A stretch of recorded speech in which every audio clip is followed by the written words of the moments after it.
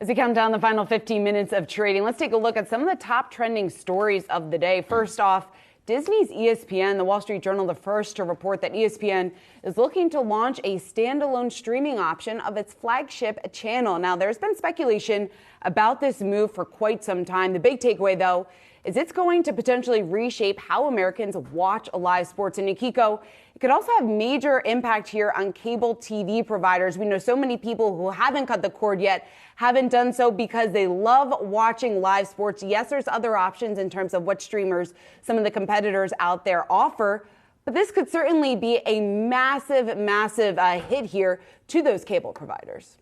Yeah, I mean, you get the sense that this ESPN spinoff is basically inevitable. It really is about the timeline. But I have to wonder how much competition is already out there. I mean, you bring up a good point about what this means for the cable providers. But what does it mean for ESPN in what is an increasingly crowded landscape? You look at the likes of Amazon, you look at Apple, they're already gotten in on live sports. You have Google now doing NFL Sunday Ticket. And so ESPN's not the only game in town anymore when it comes to sports offerings and streaming. You know, I wonder about the timing of all of this and to what extent ESPN competes. That's true, Akiko, but I will say that it's such a big brand, right? People know ESPN. According to this journal report, it would still be offered on cable, but will also be available fully over the top. And this is nothing new. We heard Bob Iger say repeatedly over and over again that eventually ESPN will be a full OTT and that sports continues to be a really solid part of Disney's overall strategy. The timeline is a little murky. I could see it maybe 2024, 2025. I don't think we're going to see that change happen this year. But Shauna, to your point, I do agree that a lot of people subscribe to cable solely for sports. If you have a huge brand like ESPN available elsewhere, what does that mean for the cable? And we do. We're a household we're in that group. We subscribe to cable because my husband argues he needs it for sports. So maybe I need ESPN to offer this so it could strengthen my argument that we'll be one of those cord cutters too. I just want to say one thing. I think there's a lot of risk here because I think the article put out $9.42 is the average amount that each cable bill pays to ESPN. So they're going to be losing out on that and sort of trying to cover it with this over-the-top offering. That's a big risk. That's a lot of money in the bank every month that, of course, they've been losing recently because of the fact they've been losing the cord cutters. But I think you're going to alienate some of these big major cable operators earlier rather than later at this point. Okay, let's talk about what I'm watching here. A new poll out paints a pretty grim outlook on artificial intelligence. According to a Reuters Ipsos poll, more than 2/3 of Americans worry about the negative effects of AI, with more than 60% saying the technology could threaten civilization. The poll went as far as to break down the concerns by an individual's political biases. 70% of Trump voters, for example, expressed high levels of concern compared to 60% of Biden voters.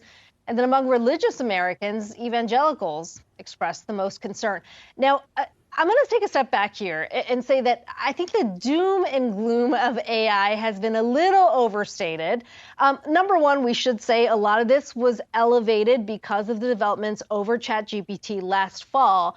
AI's been around. We just haven't necessarily seen it in this application. And so I don't know about the wording of this poll, how people were asked, but you know, the negative headlines have been there. And yes, there are concerns, but there's also benefits in medical research, you know, in for example, cancer research. We've heard so many different applications that are also positive. You know, the question is that getting elevated too? Not to say there's not negative things with AI, but I do think that has really outweighed the positive, at least in the headlines that we've seen. I think it's that ChatGPT effect has sort of scared people in some sense, like how powerful this tool is. I can't tell the difference between this and a human being and a computer at this point, right? So I think that's the scary part. On the flip side, you know, there's a lot of, like you said, benefits to this. Most recently, I'm kind of reminded of what Elon Musk said a couple of days ago, talking about how he was scared of AI, we need to regulate it. But then at the same time, FSD, the full self-driving, is powered by machine vision and AI. And he says that's the next greatest thing. So he's kind of talking out of both sides of his mouth there. So there's that huge benefit, the debate of the benefits and the sort of cons of AI. I think right now, Kiko, you're absolutely right. Let's focus a bit more on some of these positives. Right now, there's a lot of doomsayers out there saying, you know, are the robots going to come after and get me? I think I'm more concerned about my job at this point than not necessarily, you know, the robots. Yeah, the job impact. I mean, that's one thing that certainly is being debated out there. We know Goldman was out with a recent estimate saying that it could potentially impact 300 million jobs. That's not, though, necessarily a bad thing. Yes, it's going to change how people do their jobs. It's going to enable some workers to be more productive. Yes, it's going to eliminate some jobs out there, but people, of course, will then reposition maybe their careers in order to reshape it. We've seen this happen before when it comes to the internet, other things, obviously, that have been developed in the past. So it's clearly going to have an impact on jobs, but I also don't necessarily view that as a big threat or a negative. And I'm not surprised by the results of this poll, to your point, Kiko, because of the negative headlines, because of everything we've been hearing. I've seen iRobot. If you're an average American, you're freaking out a little bit right now. So I understand the results of this poll, but I agree with you guys. We have been using AI in everyday life. So, and I just want to point out, even though AI is a concern, crime and economy ranked higher on the list of issues, with 77% support increasing police funding to fight crime, and 82% are worried about the risk of a recession. So it's not just all about AI. Moving right along, though, to my story that I'm watching today, Netflix revealing at its upfront presentation on Wednesday that its ad-supported tier has 5 million monthly active users, otherwise known as MUAs. Now, it's important to note here, guys, that Netflix didn't reveal the exact number of ad tier subscribers, and monthly active users can also include multiple people using the same account. So an important caveat there. The company did reveal, though, that the ad member base has more than doubled since the start of this year, with more than 25% of Netflix signups now choosing the ad-based plans when it's available. Netflix has reiterated that the ad tier will generate about $3 billion in revenue. That represents about 10% of overall revenue over the long term, although analysts seem to think that won't happen until at least 2025. But investors, they don't seem to mind being a little patient here, because shares are surging today, the best intraday performance since October of 2022. I'm a little surprised that there's 5 million people willing to suffer through ads for to watch beef and shows like that.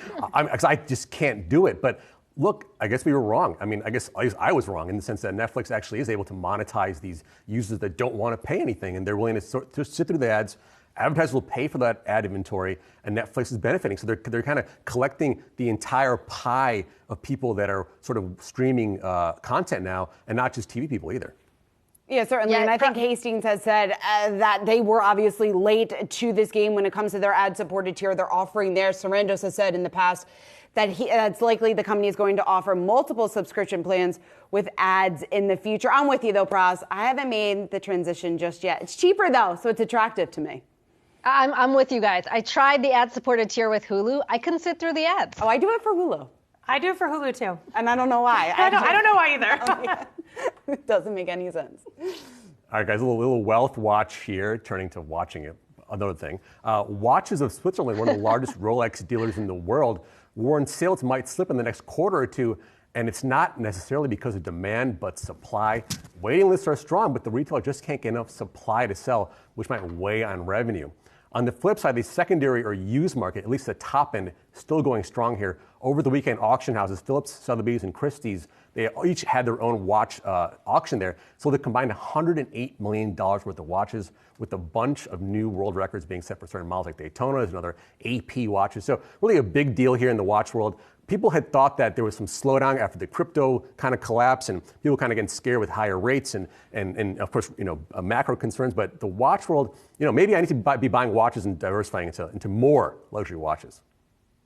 You're making more money than me then, Pras. If you're looking at luxury watches. Yeah, right. I was going to say, I would love to buy one of these way beyond my price point, 100 times full, probably what I'm willing to pay for a watch. But it's interesting when we see the demand maybe pull back just a bit. We're really just normalizing from that pandemic craze that we had seen for about a year and a half, 2 years. The prices, though, people are still willing to pay in this environment when so many are pulling back on discretionary, really just points to the fact that the luxury consumer is in a very good position right now.